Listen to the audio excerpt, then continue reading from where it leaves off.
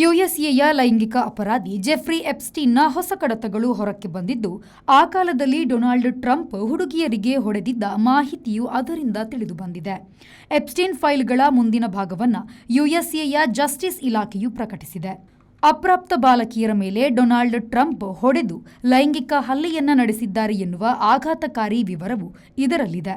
ಈ ಕಡತಗಳನ್ನು ತಿರುಚಿ ಬೇರೆಯವರು ಪ್ರಕಟಿಸಬಹುದು ಎನ್ನುವ ಕಾರಣಕ್ಕೆ ಸಾರ್ವಜನಿಕರಿಗೆ ಬಿಡುಗಡೆ ಮಾಡಿಲ್ಲ, ಗೌಪ್ಯವಾಗಿ ಇಡಲಾಗಿದೆ ಎಂದು ಯುಎಸ್ಎಯ ನ್ಯಾಯಾಂಗ ಇಲಾಖೆಯು ಹೇಳಿದೆ. ಆದರೆ ಎಪ್ಸ್ಟೀನ್ನ ಕಡತಗಳಲ್ಲಿನ ಆಘಾತಕಾರಿ ವಿಷಯಗಳು ಹೊರಕ್ಕೆ ಬರುತ್ತಲೇ ಇದೆ.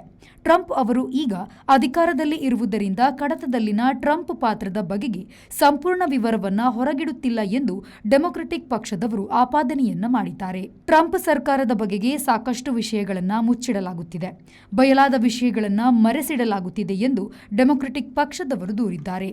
ಎಪ್ಸ್ಟೀನ್ ಫೈಲ್ ಪ್ರಕಾರ 13 ರಿಂದ 15 ಪ್ರಾಯದ ಬಾಲಕಿಯರ ಮೇಲೆ ಟ್ರಂಪ್ ಲೈಂಗಿಕ ಹಲ್ಲೆಯನ್ನು ನಡೆಸಿದ್ದಾರೆ. ನ್ಯೂಯಾರ್ಕಿನಲ್ಲಿ ಒಬ್ಬಳನ್ನು ಟ್ರಂಪರಿಗೆ ಪರಿಚಯಿಸಲಾಯಿತಂತೆ. ಆಮೇಲೆ ನಡೆದುದೆಲ್ಲ ಅವಾಂತರ ಎಂಬ ವಿವರ ಅದರಲ್ಲಿದೆ. ಇಂತಹ ಹಲವು ದೂರುಗಳು ಈ ಕಡತದಲ್ಲಿ ಇದೆ. ಬ್ಯೂರೋ ರಿಪೋರ್ಟ್, ವಿ4 ನ್ಯೂಸ್, ನ್ಯೂಯಾರ್ಕ್.